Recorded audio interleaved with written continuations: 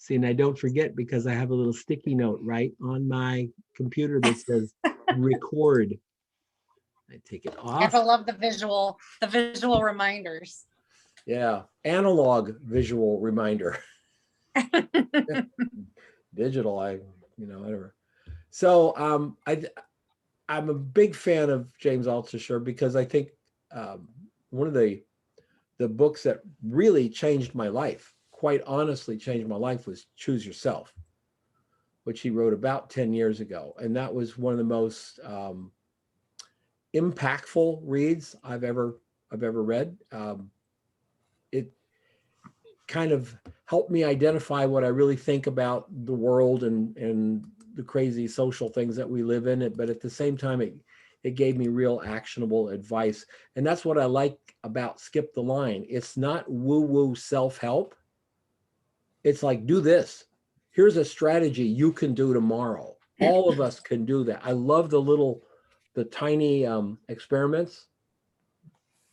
Greg just sent out an email to his clients. This is buy two, get one free.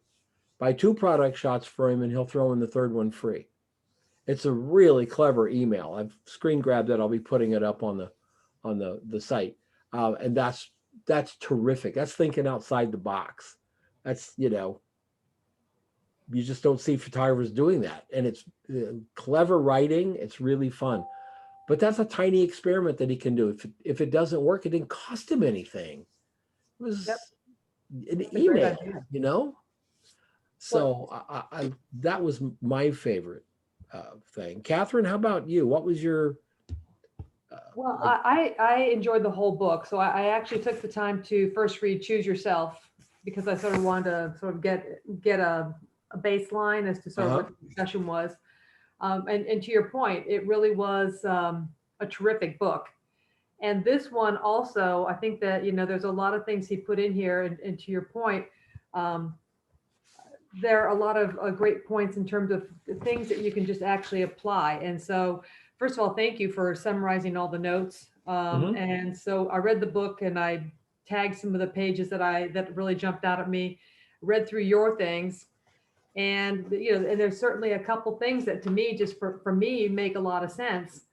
And I love the fact that in both of his books, he keeps talking about you've got to take care of yourself, your physical, your emotional, your mental, and your spiritual. And I was just like, such a good message that we got to take care of ourselves so we can do what we want to do and take care of others. Absolutely. Absolutely. I think a couple of the fundamental ideas up at the front, like, the everyday, that every day matters. It's to get better at whatever we want to get better at. And in my notes, what I tried to do in the notes is say, okay, we read the book. The book isn't written for photographers. So what I tried to do in the notes is to take what I read and convert it to if it was done for photographers. So I tried to relate it to what we do. And, we always talk about, as shooting as often as possible. Every day matters. There are days when you blow it off. And I've been following James for a long time. And I know that there are days when he gets up and he plays chess all day. He just checks out, plays chess all day. And that's fine. If you need that for your mental health, then I guess that's what you have to do, right? That would seem like a legitimate use of time to me. If you need it because you're going to blow up, then do it. But I think that the point that going, 1% better every day, get just a little better. I think it's really, really cool. We expect success too fast. Humans do. So, and the micro skills ideas, were really fun. If you want to we can't measure 1% better. There's no tool that we have to measure that. So all we can do is try, give it an effort to get just a little bit better. I know that I try to make my desk a little bit better each day, just a little bit more tidy, a little bit tidy up in the office each day. I'm doing that. Wasn't Cal Newport? Who was it? It was Deep work? No, it was he's got he's a podcaster about networking where I go back in my email and I find somebody I haven't talked to in, 5 years, Mhm. and I send them an email. And it's a friendly email. I'm not looking to get a job out of it. I'm not trying to sell them anything, and I'm not doing multi-level marketing. I'll just say, hey, how you doing? I haven't talked for a while. Here's what's going on in my life. Hope everything's going on in your life. Um, uh, Urgent response not needed. And that lets them know I'm not trying to get them an Amway thing, because that's what happens if you haven't heard from somebody. Jordan Harbinger. Harbinger, thank you. Yeah, Jordan Harbinger. Yeah, really, really fun. So Altucher was talking about this guy who sent him a note and said, hey, let's have coffee. And he never responded. So he finds the thing. It was 7 years ago. And he responds, hey, how about Tuesday at 10? And the guy writes back and goes, okay. Like, I asked for this 7 years ago and now you get around to it. And he went and had coffee with the guy. He said he had a great time. He met somebody new and really had a great time. Your network, according to Harbinger, who would know, your network is your lifeline, and a great way to build your network. So Catherine, did you have anything that stuck out that you just can't stop thinking about? Or Well, yeah, actually, so as I was going through, actually with the notes, I think one of the things I really liked was where you did take it to the photographer level about the thing about the conspiracy number. I thought that was interesting because I think sometimes you do that naturally, but it's interesting to know that it's a very legitimate tactic to keep forward motion. And I've talked about it, but I've never formally thought about it the way he did, because I've said to photographers, look, if you want to be a fashion photographer and you're 57 years old, understand how hard it is to find young girls to photograph. When you're 22, the other young girls you're photographing are, hey, 22. You hang at the same bars, you do the same things, you go goofing, everybody's goofing around together. When you're 57, you're grandpa. But it's the conspiracy numbers. That's what it was. And photographers set themselves up for failure all the time. They'll say, oh, I want to do this shot. And then they start listing what they do. And you kind of go, yeah, you're going to need 5 people to do that shot. You need a model. You need a guy, with a Lamborghini. You need somebody to wrangle the tiger you want to put in the shot. And so you can't do it. And so your conspiracy numbers actually prevent you from making the photograph. Where I do commercial photography, because most of the people I like hanging around with are 40 years old and over. Mm-hmm. And commercial photography is made for us. I'm not going to say can't, I hate that word, but it's going to be very difficult for us to go and be, world-class portrait photographers when we're 50, starting out. It's just the conspiracy numbers are too hard. But Yeah. Food, product, travel, hell yeah, we can do that. You can shoot food all by yourself in your kitchen with the music playing. You can shoot it all by yourself. You can make photographs, but you can't do lifestyle without a whole bunch of people. So, not that you shouldn't do lifestyle if you've got the stuff to do it. And Carmen's got a built-in model for her. Yep. A great model. Are you kidding? Yeah. She brings it every time. You're going to end up having to do a second book. You know Ain't that, that the right? truth? Yeah. It's very cool. I am on the second book. Very with, cool. I did one last year till the end of December. So now I'll have one for like the first 6 months of this year and probably for the next 6 months. What size It'll book be did a you third make? book. What size book did you make? It was like a A4 size, so that it Okay. opens up Is it double page. Is it a? So Did you do it was. I used a consumer lab. It's hardcover with a nice.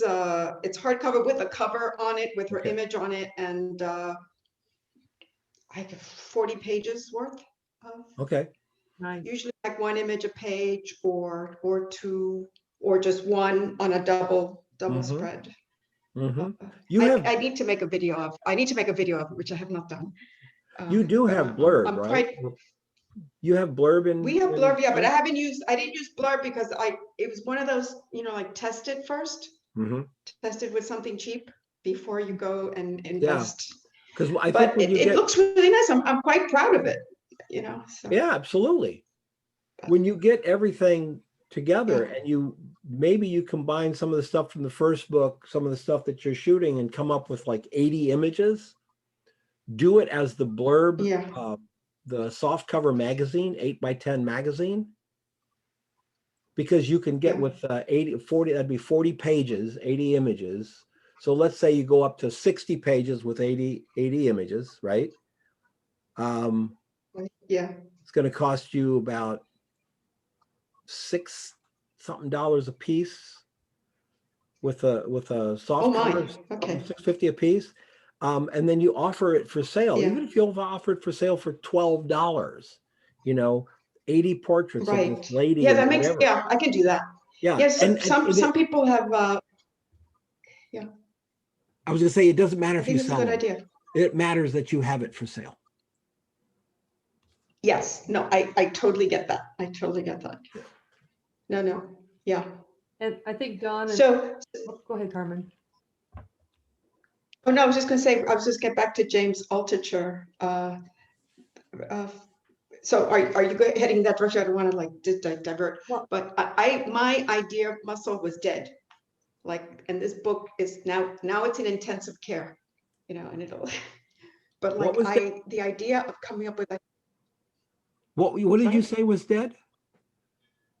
My idea machine, my thinking of ideas. I Uh-huh. was like, it was dead. It was blank. Yeah. And how the idea of being atrophied and then exercising it. Yep. And that makes total sense, a year ago I couldn't do a push-up. Now I can do 30, so it's like you I just, totally you have agree, to, Carmen. I've been doing that too. I started making the list, and sometimes you can get through the list pretty easy, and sometimes you get to 6 or 7, and then then you're really trying to get those ideas.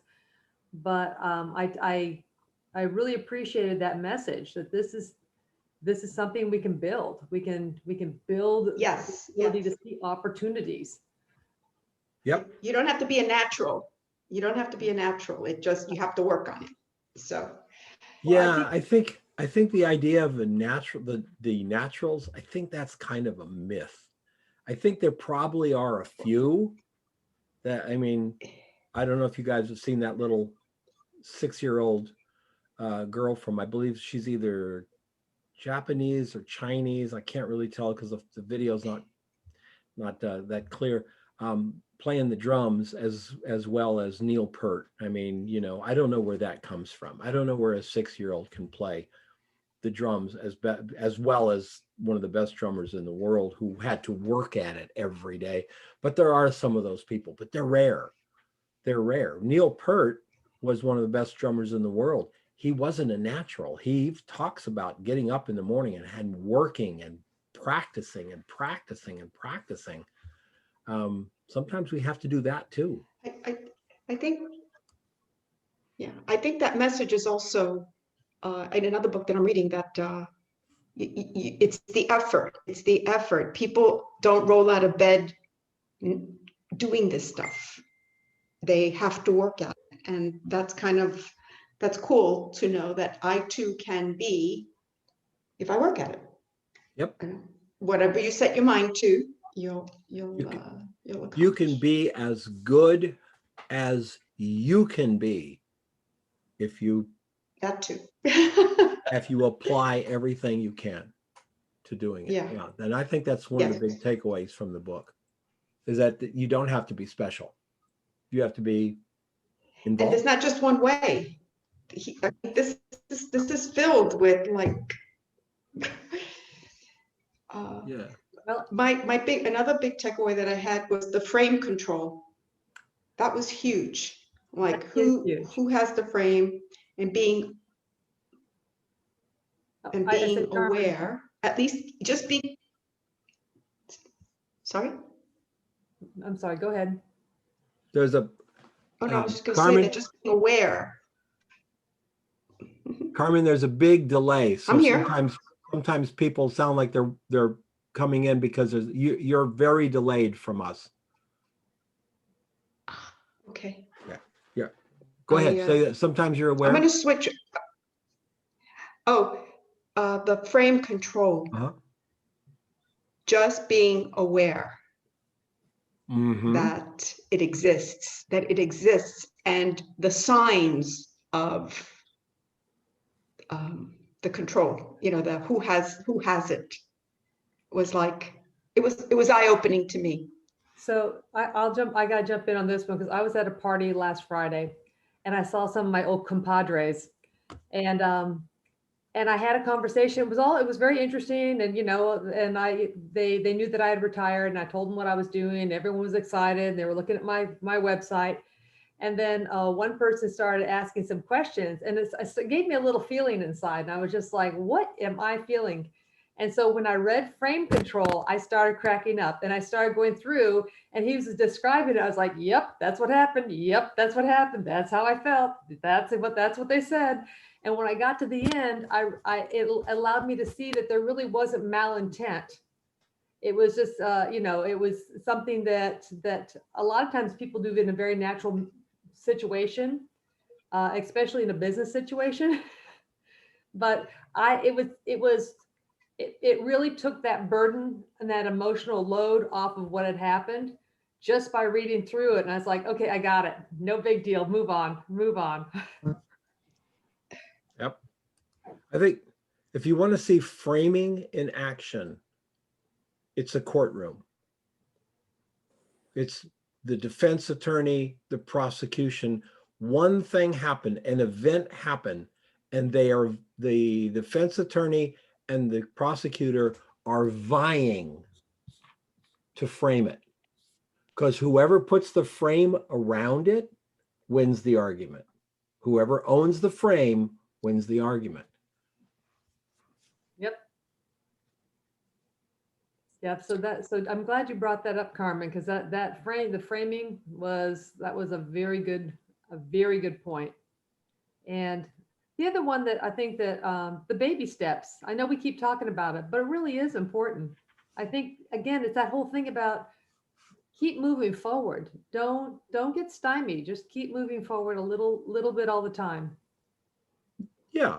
If you can't do the shot with the 6-foot blonde model in the red Dior dress standing by the Ferrari with a cat, a leopard, right? If you can't do that shot, what can you do?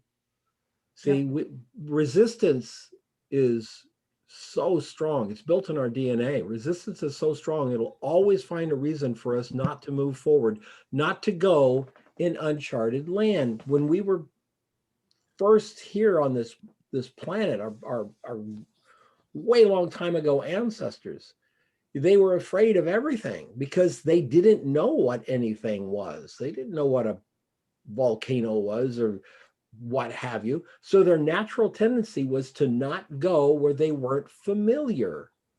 It was unheard of. You grew up in the little family unit on that side of the mountain and you died there when you were 45. And we still deal with that. Resistance comes and goes, oh, you don't want to send that email. Oh, you don't want to call that ad agency. They probably have enough photographers. And what if the guy tells you no? I mean, this would be awful. Resistance just sits here chattering away. We're going, shut up. I'm going to do it anyway. And resistance never goes away. I think to frame it as a learning experience. To keep looking at it not as a failure, but as a learning experience, and try. Yep. And it never goes. For me, that helps me overcome my resistance. Yeah, it never goes away. Resistance never goes away. It will always be with us. It's an ongoing battle. We can't ever win. We will never win. We only win the skirmishes. the little battle today, the little battle tomorrow. So, See, for me, I don't think it's so much as resistance as I just block. Well, I guess that would be a form of resistance. Like I block myself because if I can't do the red car and the woman, like you were saying, then I'm like, well, my brain just can't go from there. It's like, okay, well, then you just can't do it. Like there's nothing else after that. It doesn't know how to proceed from that point. that's that baby steps. Instead of letting resistance, and that is absolutely resistance, Rainey, absolutely resistance. Instead of letting resistance win, what you do is you go, okay, I can't do that shot. That's a bummer. You give resistance its due. That's a bummer. But you know what I can do today? I can go to the grocery store and buy a cantaloupe and bring it home and photograph that. I can do that. Now, resistance is going to be over here going, oh yeah, but that's a cantaloupe. You wanted to do this cool car shot with it. And I literally thought that exact same thing I'm like, what does a cantaloupe have to do with a car? Yeah.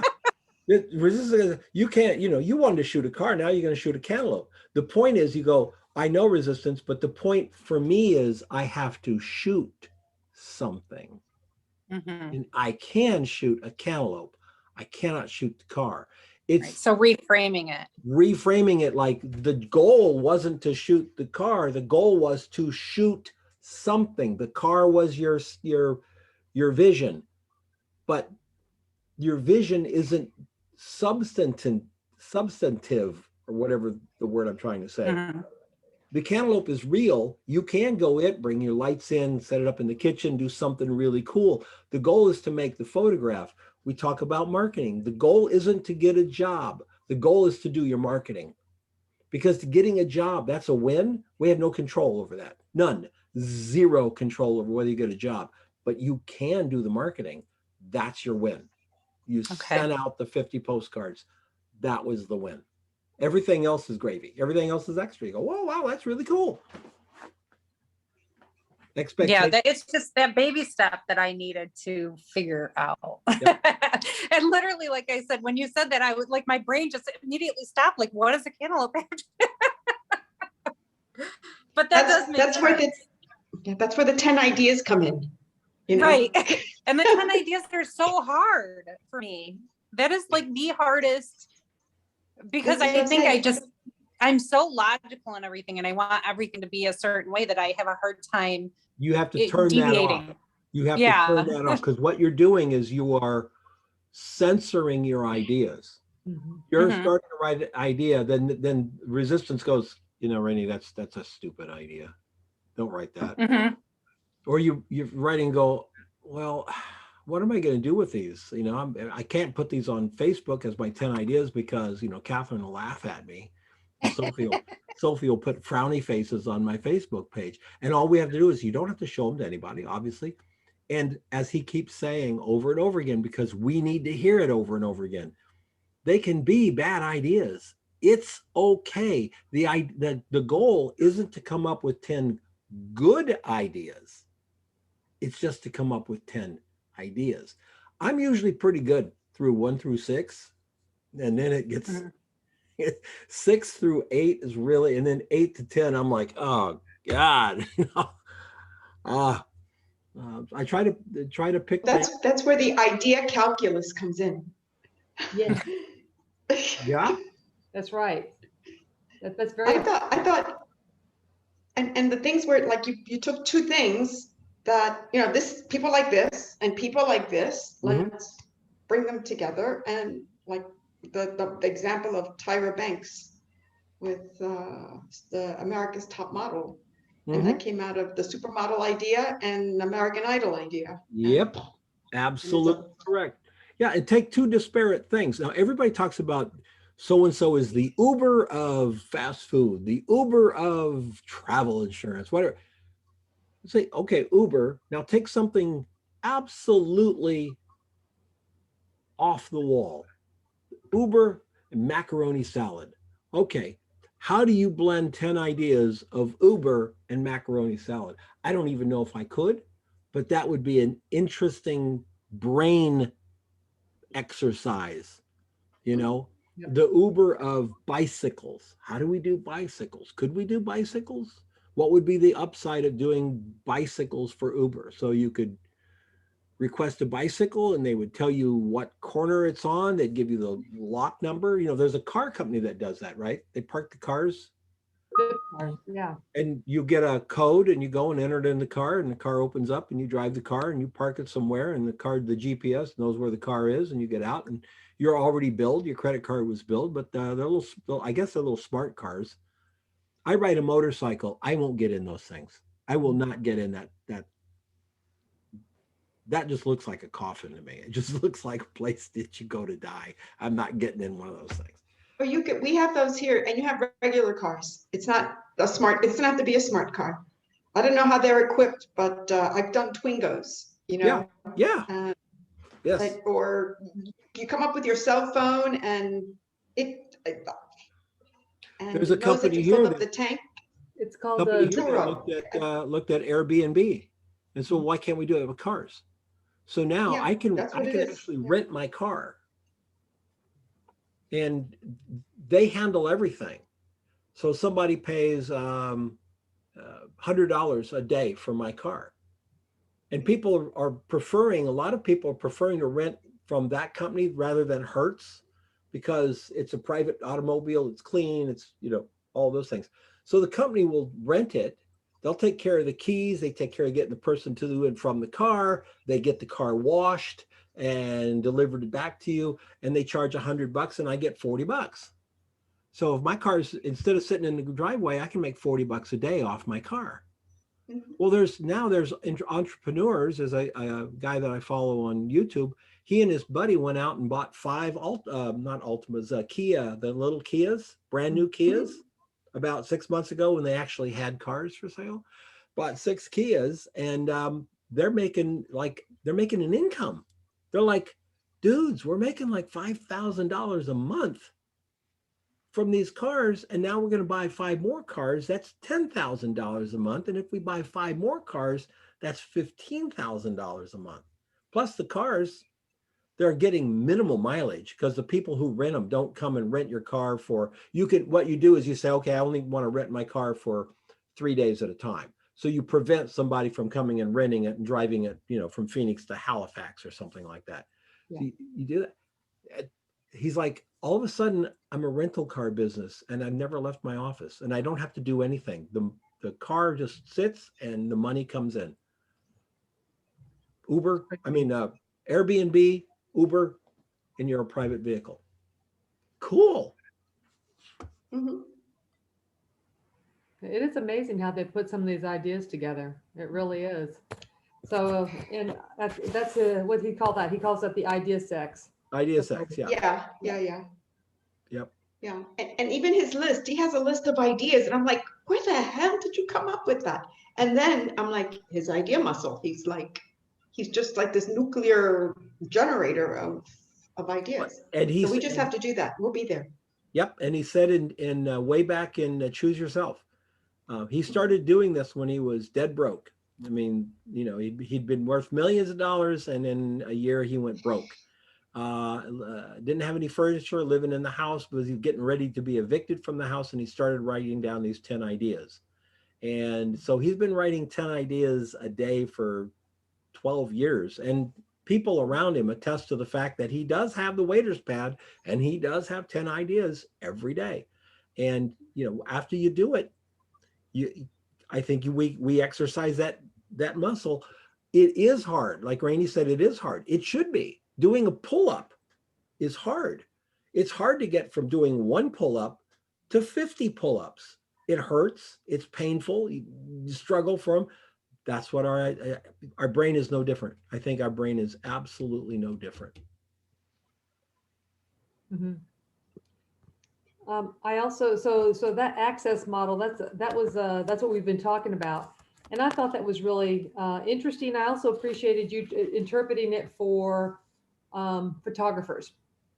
And specifically, and also that the thing about working with the bottom 1/3, I thought that was a big message because, again, intuitively, that's where I wanted to start. I mean, and so to see it written down, I was like, oh my gosh, this aligns with how I want to approach my business. And it's And there's validity to it. Yep. When I read it, the first thing that I thought of was a photographer that I know in Scottsdale named Ken. And Ken, if I can remember his name before this is over, I'll put his last name. But he's retired now. He bought a home, beautiful home, and was so successful that he actually added a standalone studio to the back of his house. It's he had bought one of those metal shops. Ken never, ever went to the big agencies in Phoenix. He never entertained that. He went to the small, what's it called? All the businesses get together in the town. What's it called? Chamber of Commerce. Chamber of Commerce. He started in the Chamber of Commerce in Scottsdale about 35, 40 years ago. And his goal was to work with the mom and pop companies. Yep. So successful that as a photographer, that when he bought his house out in Troon, the house is on like 4 acres of beautiful desert land, and he's got his standalone studio there. And I mean, definitely close to $1 million a year in revenues, and nobody's ever heard of him. He doesn't do the big ad agencies. He doesn't do the big design things. He works with small companies that eventually become bigger companies, and the UPS trucks coming in the morning, dropping stuff off to be photographed, in the evening coming and picking that photograph up and picking that stuff and taking it out. It's phenomenal. That's the lower third. That's a person that I actually happen to know that did it. And I look at the way Judy started her business and she hasn't even gone to a big ad agency. She hasn't even talked to a big ad agency. She's talking to people at the ground level.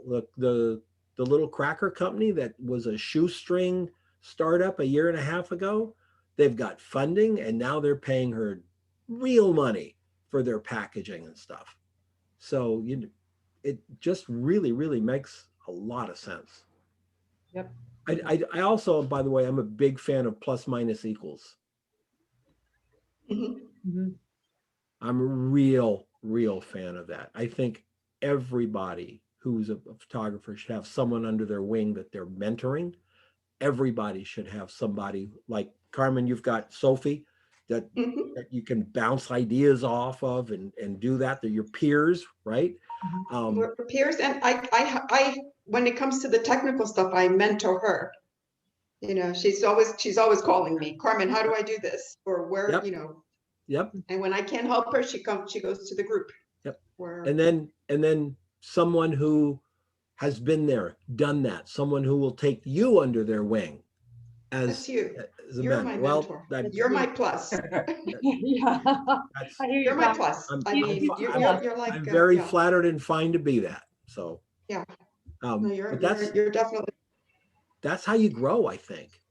My wife always tells her friends, if you think you really know something, teach it. Because if you can't teach it, you don't know it well.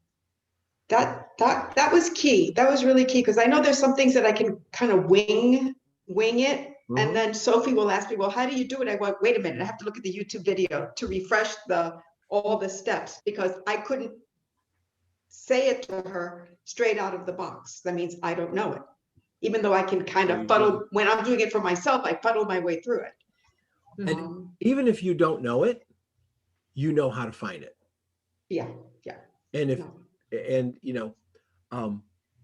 I taught a kid how to ski, and I'd only been skiing for 3 years, and I fairly sucked at it. However, I was still a better skier than he was. So I showed him what I did to be able to get down the mountain, because I had taken lessons from a very good ski instructor. Every time we would go up for 5 years, the first day I would take a lesson, to refresh myself. I still do it on my motorcycle. I just did a lesson on my motorcycle for slow maneuvering, Yep. I believe in learning. And I taught him how to ski. He was skiing at the end of the day. Not great, but he was coming down the mountain. Now if it got any more advanced than that, I'm not the guy, but I can do that. And it helped make me a better skier when I taught him that. Mhm. Because when you're teaching, you're having to break it down. And sometimes you've never broke it down for yourself. Right, right. Yeah. Mhm. And actually you learn again. You actually, when you Yes. go back to the basics, you pick up things that you didn't when you learned it the first time. And you get excited about it again. Mhm. That's what happens to I- me. When I teach, I get excited about everything, the teaching, the photography, the vision, my own work. I get excited when I'm teaching and working with people. So it's, it's always a win. And when you're being uh, a good peer relationship, being able to, like with you and Sophie, with um, when you have that other person to bounce things off, they're going through the same struggles you are, kind of thing. That's so important. So important. We talked earlier in the mentorship group. We talked about what was it called? Something partners, accountability partners. Yeah. I think accountability partners are real important, but they're really scary too because they, hold you accountable. And a lot of us don't like that. We're going, yeah, I Mhm. want an accountability partner that'll leave me the hell alone. It's like, no, it's not how Does it not work that works. way. My wife has an accountability group that she's part of, and they meet every Monday at 1:30. 12:30? 12:30 for about an hour. There's like four other women. And, so they're bonding at the same time. So it's a trust thing. And then, it begins to open up into what they share and how they use it.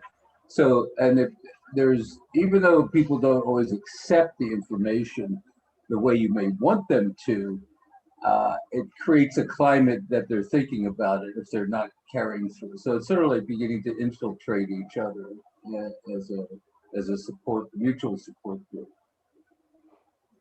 Yep. So, another way for accountability is I found that by reading the books, like when I was reading this book, I was going through some things, and a couple times I was just like, I had been reading for a while, and I was getting into the book, and I thought, then I came across a paragraph. I'm just like, something, I need to close this book right now, and I need to go do that. And that's what I did because I was, in this case, it wasn't that I had that it was. I had something that I wanted to get done sooner than later. And I thought, now's the time for me to close this book and get that done. And then I can come back and read the book. So, but it was some good reminders in there. You know, that is you winning over resistance, because resistance would have said, just keep reading. Mm-hmm. Don't change what you're doing. Just keep doing what you're doing. Right. Right. And when we take back things, that Jordan Peterson talks about in the 12 rules of life, about like one of the most important things you can do is make your bed in the morning. Mm-hmm. Just make your bed. You should make your bed in the morning. You get up, make your bed, it's done. Then you do this next thing and it's done. And it gives you a sense of just a little bit of accomplishment. And now you're like a little bit higher. And then you can accomplish something a little bit higher. I work every day at becoming more organized, because I got through a career in photography, and believe me, I'm one of the most unorganized person ever. And I really wonder how much more I could have done if I'd been organized. I mean, Mhm. Yep. it was, I had assistants that came over and basically reset my business up once. Kevin Creighton, he's on my Facebook group. Kevin came over and said, what are you doing? This is terrible. And he set up my job tickets and everything like that. I just had shit everywhere in the studio. I was so busy making photographs. That's all I wanted to do. Well, at the end of the month, you got to reconcile your bank account. And I'm like, don't, I don't, sorry, I don't even know what that means to begin with. So, and now I look back and I wish I had it, but now I'm more organized, and little things of clutter, and it feels good to get up in the morning, make the bed, make sure the house is vacuumed, fresh flowers in the kitchen. All of those things just give me a better environment. And he talks about environment, this. Actually, I'm sorry. No, I just mixed up books. Srini talks about environment. So we'll get Right. to that next book. Yeah. But how important where we are and what we do and where we are is to our creativity. What is the next book?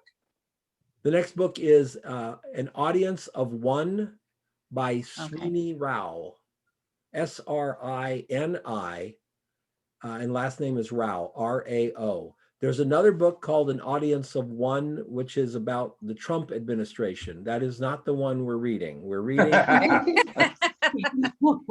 the one by Srinivas Rao, which is about artists. And basically what he's saying is, if you want to be a creator, create for yourself first. So I wanted to follow up on that, on the resistance thing. There was another thing in the James Altucher. It was a really small paragraph, but it really hit home. It was in the knowing your inferiority narratives. When you're feeling low about yourself, like if you're losing the frame, if you're talking to an audience and you're losing your audience, and all of a sudden you're telling yourself all kinds of negative things, is to reframe the narrative that you're telling yourself whenever you're feeling like you're not enough, to say, hey, you're on the stage because you know more than anybody else in this room. That's why you're on the stage and they're not. So you're not the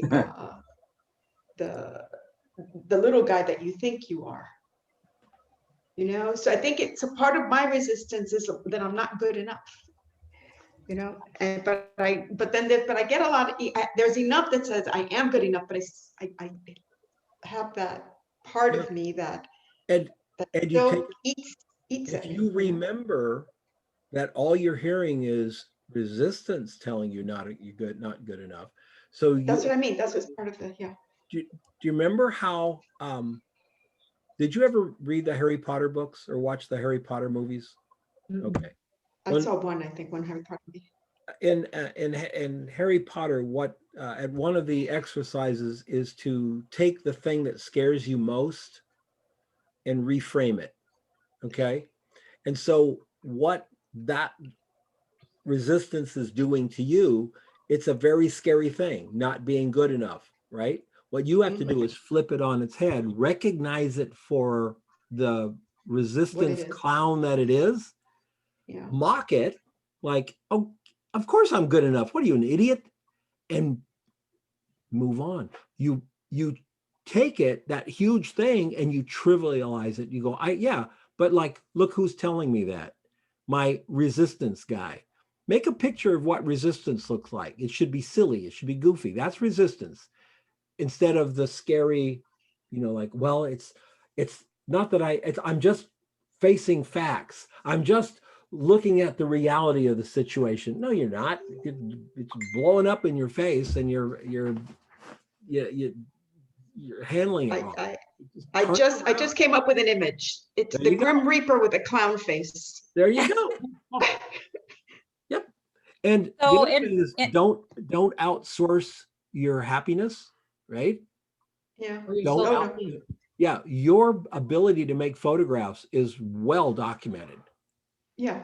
You don't have to prove that to anybody else. You will go and do what you do, and they'll be happy with it. So for the so in my other life, I'm a hypnotherapist. So when my clients come in with those not being good enough things, my first question to them is, not good enough for who?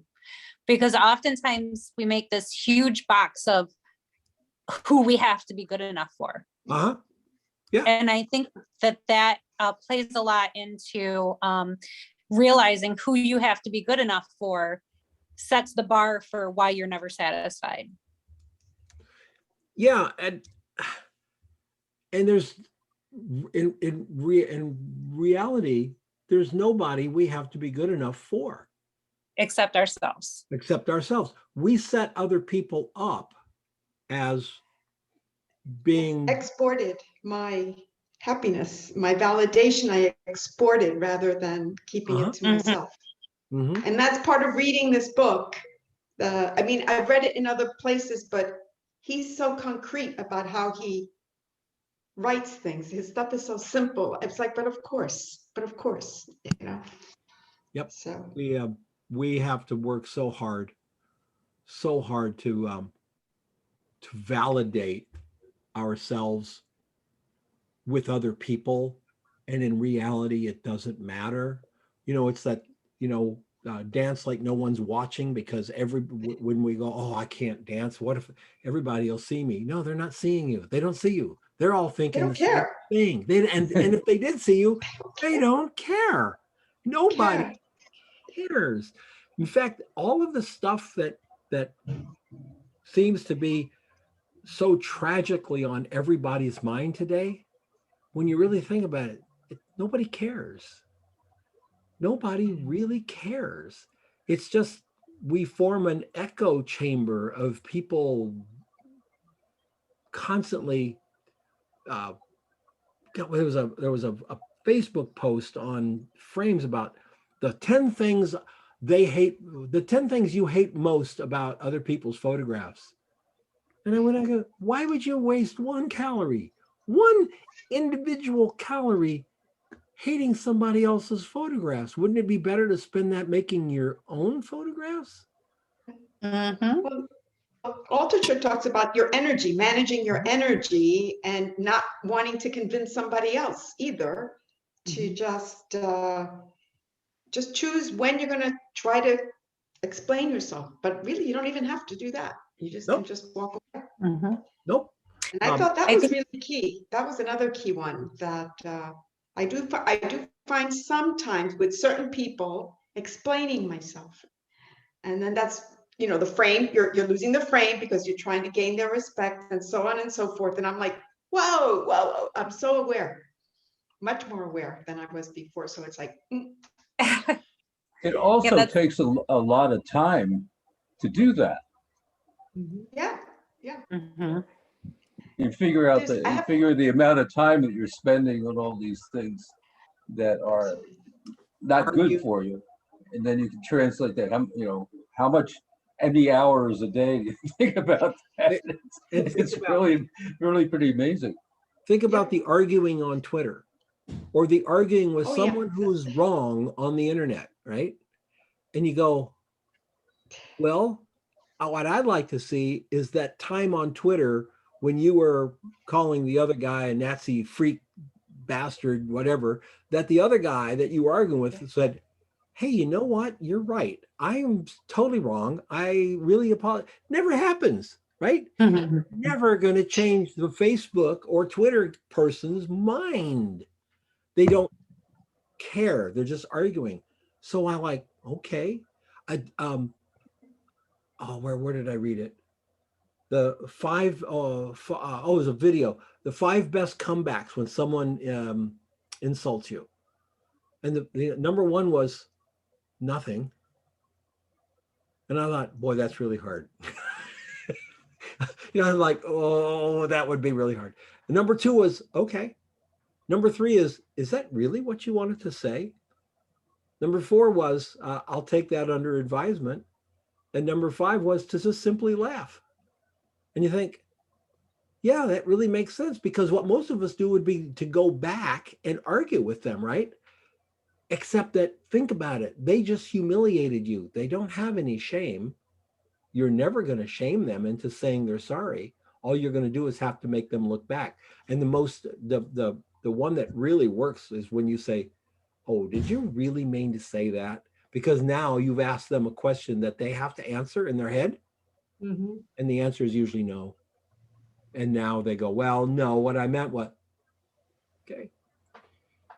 But that's hard for me, because I just go Mhm. over and hit them in the head with a tube. Yeah, I think one of my favorite things from the book was where he said something about to never feel sorry for yourself, that bad things will happen, but you have to treat them as opportunities. Mhm. And that dealing with people like that is one of those things. That's something bad, but then the way that you react offers an opportunity for you as well. Yeah, I don't know if you guys have seen this thing going around, but Instagram announced that they are no longer a photo sharing app. So- That comes right from the head of Instagram. We are no Well, longer. then what are they?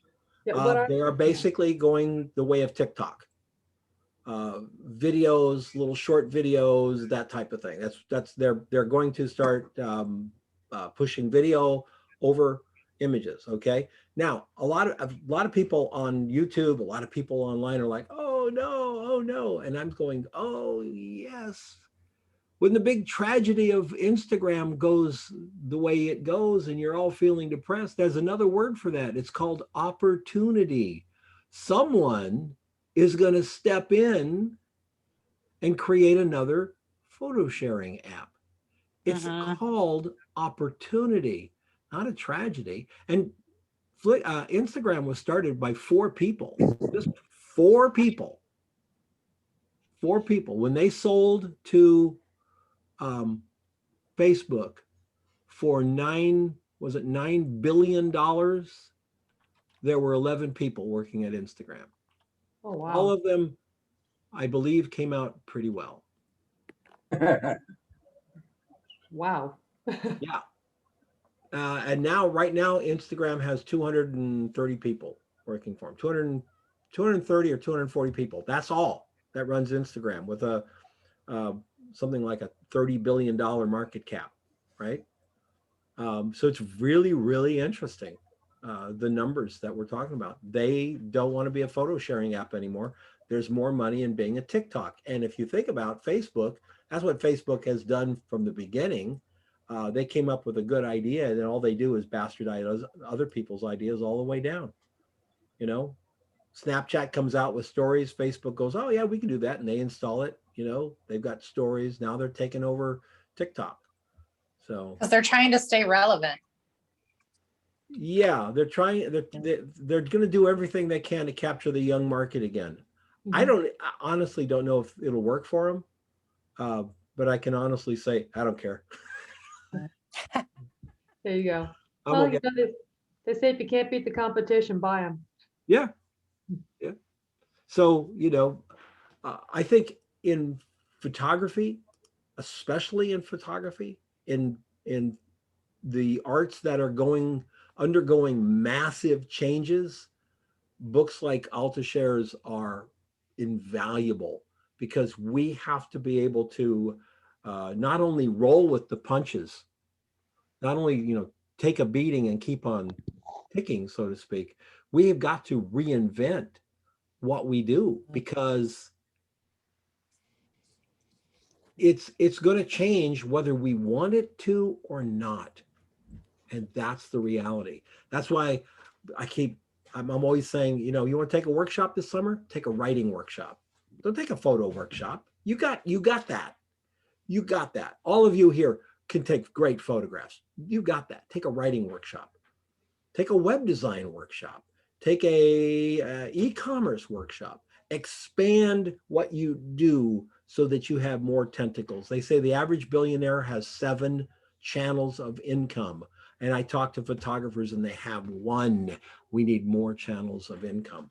Well, and on that, Don, I guess one, if you know of any courses, like, share them with us, because when you were saying that, yeah, a writing course, a web design course, that kind of stuff, absolutely, learn more.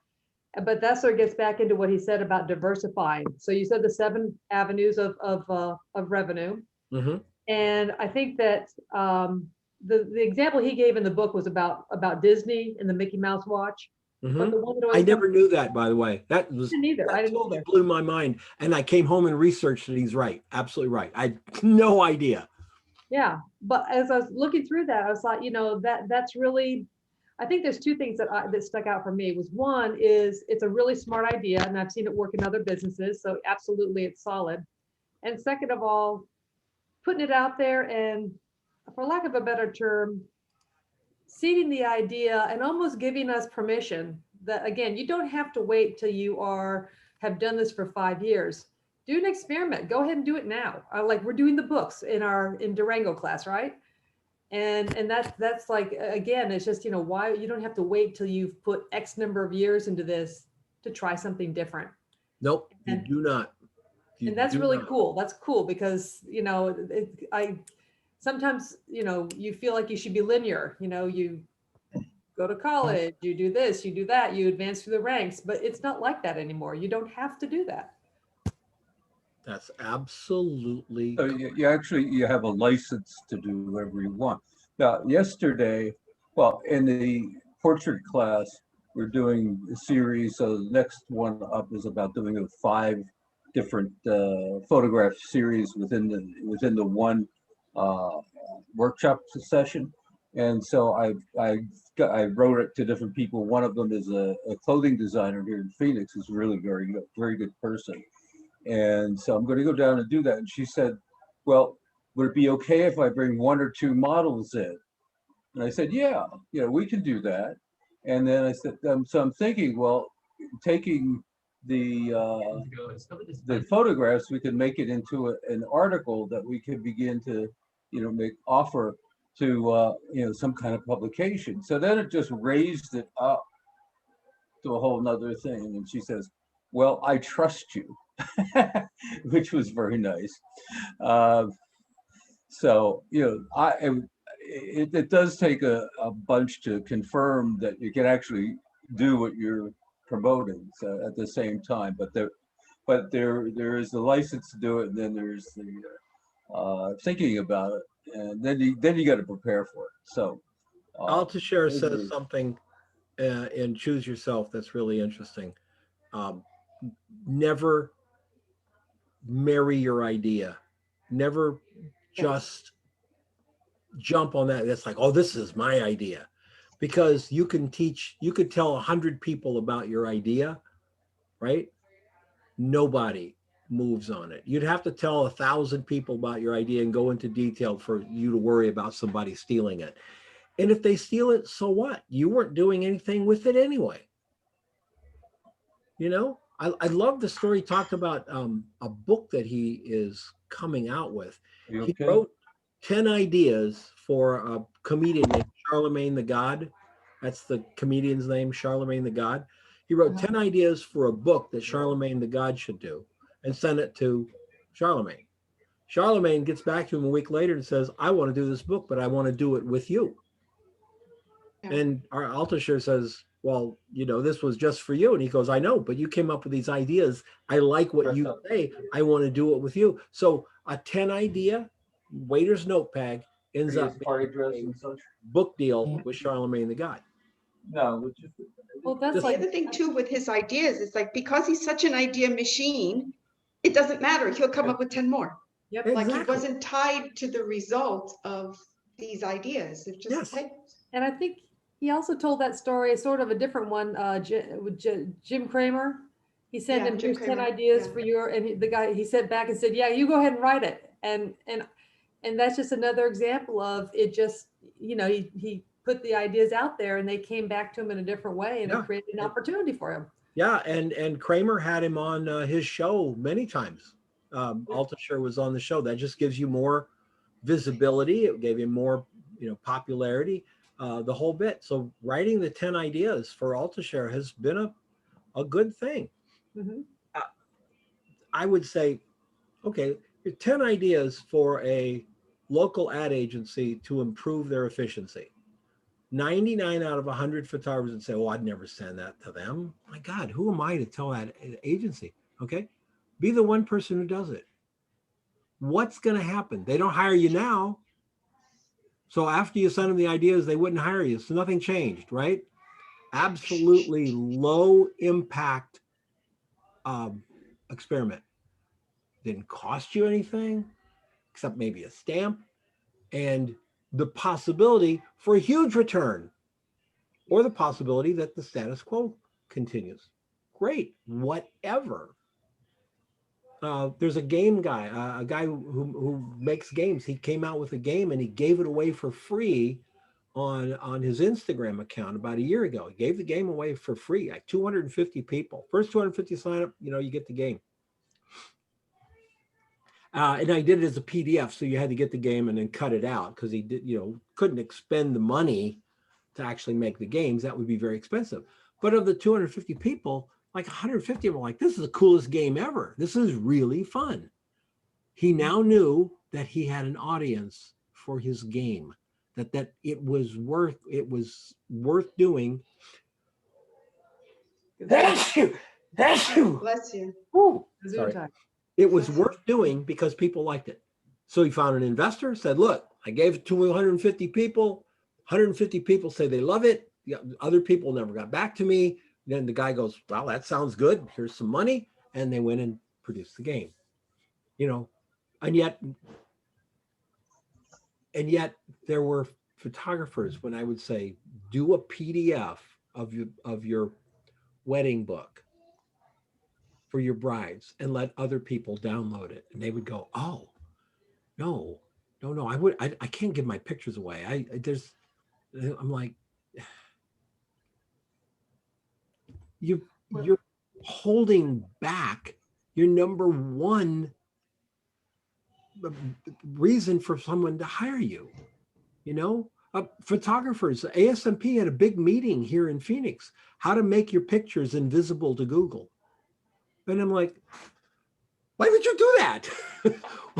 Well, we don't want people using our pictures for nothing. I said, well, if they use it for something serious, you've got a copyright violation, right? You're risking not being found by somebody looking for you or what you do. You're risking that to protect the off chance that someone would rip you off. I still believe that 100 people in a room, 99 of them are honest and not going to rip you off. I refuse to believe that we live in a rip-off society. I'm not seeing any signs of it. I know we always hear about it, but I think we hear about it because it is an anomaly. So. Well, and you know, Don, you've been saying that, and about give away your art, that kind of stuff, your images. And I had an opportunity, and I was trying to create some photographs for someone, and my nutritionist. So I was trying to create some photographs for her, and boy, talk about resistance. I mean, I found every form of resistance. I'm looking for the ultimate baby bok choy to shoot. Okay, you know, that kind of stuff. Like I'm looking for this vegetable, that vegetable. It was ridiculous. So this goes on for months and months. And so I went to see her this past week, and finally I just told her, I said, let me just show you my website. I've got some food shots on there. And so she looked at it, she goes, oh my God, this is wonderful. And so I said, well, they want to use them on their website, their Instagram, and their Facebook. I'm like, that's fine. I know it's free, guys. I don't care, because right now it's more exposure than I'm getting. So I'm going for it. And so I sent some over to her person who's working on putting these things up. I sent her like 5 photographs of existing food shots I had. And I was kicking myself because I could have done that months ago. I mean, Don, I did them in your class. I mean, I didn't have to wait and wait and wait. And then they gave me a couple items to shoot. And I'm excited about that because I went to their website and I was checking it out. And one of the things she's working on is she's planning to have people buy supplements online. And her assistant was showing me, she's like, well, here's a spa item that we want you to shoot now. But we also were trying to shoot some vitamins, some supplements also. And so I was just like, this is a real opportunity because it's, you know, if I can demonstrate, I can do these shots, and they've got a whole website they're trying to build, a couple pages around selling supplements. I'm putting myself in position to be able to do some work for them. Sure. And it all starts with me being not afraid to give away some images. Like to your point, I mean, no one's going to steal my images. It's not a big being deal. aware of where you fit in the food chain. You've never done it before. Yeah. I would look at you and say, how dare you charge me for something that I have no idea if you can do it or not? Exactly. Sorry, I'm not gonna foot your experimentation. Now you're saying, yeah, I can do it. I know I can do it. I'll shoot them. You can't do it for free forever, but you can prove to them that you can do the shots. Yeah. Well, and then I told her, I said, well, I wanted to shoot some of her plates, you know, because she does recipes. I said, but frankly, when I cooked the recipes, they weren't that pretty. And she said, and then she paused for a moment and she said, I have another client that's really good at cooking the recipes. I'm going to reach out to her and find out if she'd cook the recipes for you. And then you can shoot them. And I'm like, Nirvana, I just got myself a food stylist.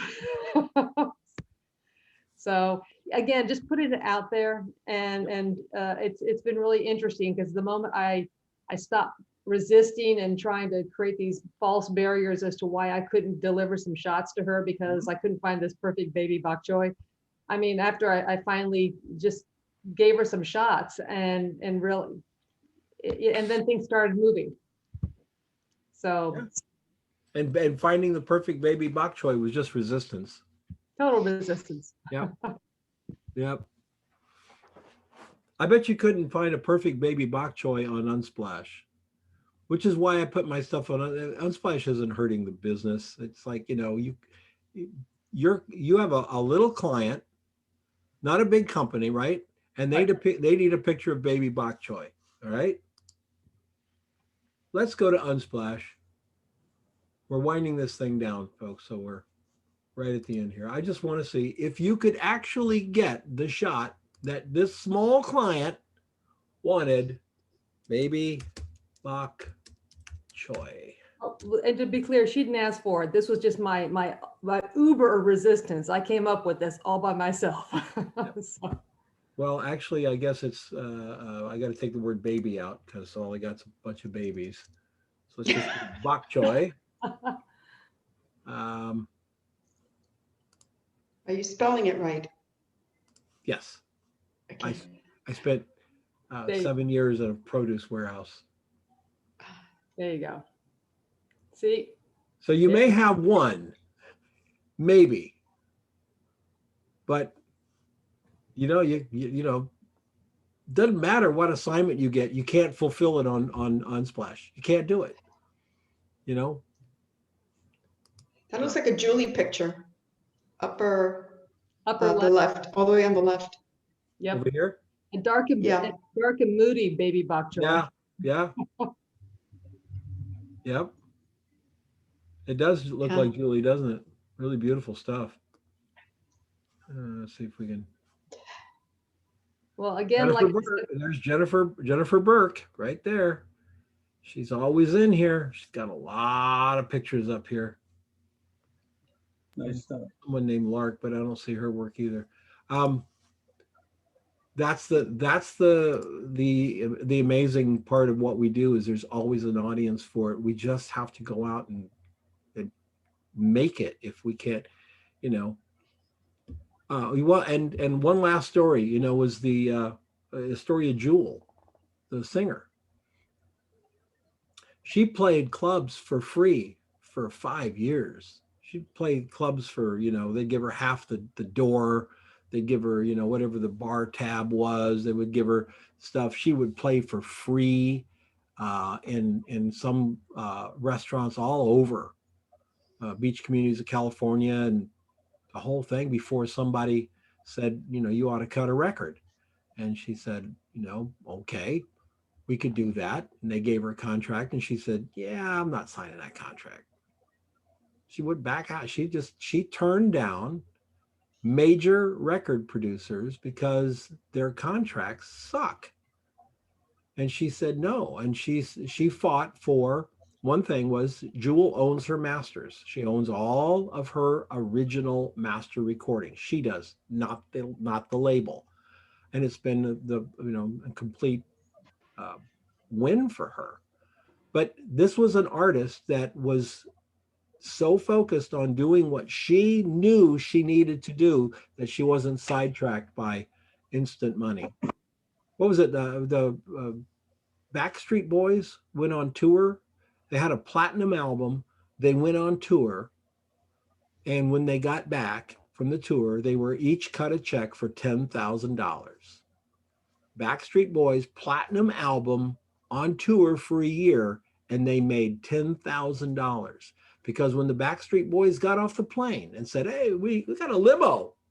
We got a limo. Each guy got his own limo. Isn't this cool? We are living the life, baby. Yeah, but that's coming out of your money, not the label's money. That's your money. So they made something like $25 million that year, and they ended up with about $60,000 left over after they paid the label back for the airfare and the limos and the hotels and all that renting the hall where the music was to be played. Wow. The rental, that was out of their money, not the labels. Wow. Yeah. Jewel didn't have to suffer any of that. She said, no, I'm not doing that. And so finally someone came by and gave her a contract that she liked. That's amazing. That she did that, because most people are too easily lured by the glitz and the glam. So, Wow. hey, this book club thing is fun, guys. Thanks for coming out. Can I Sounds make very a useful. Absolutely, Carmen. Yes, yes, and it's about the book club. I'm really glad. One of the things that James Altucher also says that is the superpower that you could get is if you could read. And I haven't read in forever. I listen to YouTube most of the times, and I'll read a PDF periodically, but Mhm. mostly I listen. I don't take notes. And this is the first time that I'm reading this book seriously, and not just to read it. I'm taking notes Oh, good. so that I can apply it. And I think that's like a quantum leap in my how to learn thing. And that's as a result of this book club. Because Good. of course, we're having this meeting. I've never been part of a book club before. This is the first time. And so I didn't want to, I wanted to read the book and have something to say about it. So It it did the was like, same okay, take notes. thing for And me. I'm thrilled. I'm thrilled. Same thing for me. I mean, I read a lot, but this is the first time I took notes because I wanted to be able to do this synopsis that would put it for us photographers specifically. So Mm. each chapter, write the notes up. Each chapter, write the notes up. And I'm like, wow, this is they say you keep about 7% of every book you read, that you retain about 7%. I think I probably doubled that, if not more, from the Mhm. fact that I did those synopsises at the end of each chapter. And because it's short, it'll trigger all the other stuff that, yeah, no, I'm looking forward to, like, I read Choose Yourself, but I don't remember it because I didn't take any notes. So Ah, go back and, absolutely. Yeah, go back and read it again. Absolutely. But one It's thing better that the second. I will tell you this, it's better the second time. The first Uh-huh. time you're dealing with, you're dealing with distraction. You're dealing with kind of some unbelief. And he talks about don't go to college. You're fighting with it. Once you've heard why he says don't go to college, then you come back. It's not new, and you can understand what he's talking about a little more. I think I enjoyed it the second time better than the first time. And again, it's a quick read. 2 days, yeah, two, 3 days, and you're through it. And that was really, really good. Really good. one of the thing that one of the values of the group is that things get tossed out and then repeated, and they're things that I hadn't taken as seriously, I didn't know how to apply them. So as we were talking, there's a company, well, it's the Arizona Republic, that just has tremendously horrible customer service. It's about the worst I've ever seen. They don't even deliver the paper after you buy it. So I was going to write a complaint letter to the publisher, and as we're talking, I'm thinking, instead of writing a complaint letter, I will write a letter with 10 suggestions about how they could improve the company. There you go. So that changes, it stands it on its head, so it makes it a positive experience, not only for them, but for me. I mean, it I was gives me just gonna- more power to actually do whatever stuff. I was just So- going to say, to hell with them. I don't care if it's positive for them or not, but it's positive for you. Exactly, It's exactly. positive for you. Yeah, When change you the go back into attitude. your email and find somebody you haven't talked to for 5 years and you send them an email, when you hit send, you feel good. Whether they get it, respond to it, again, we don't have any control.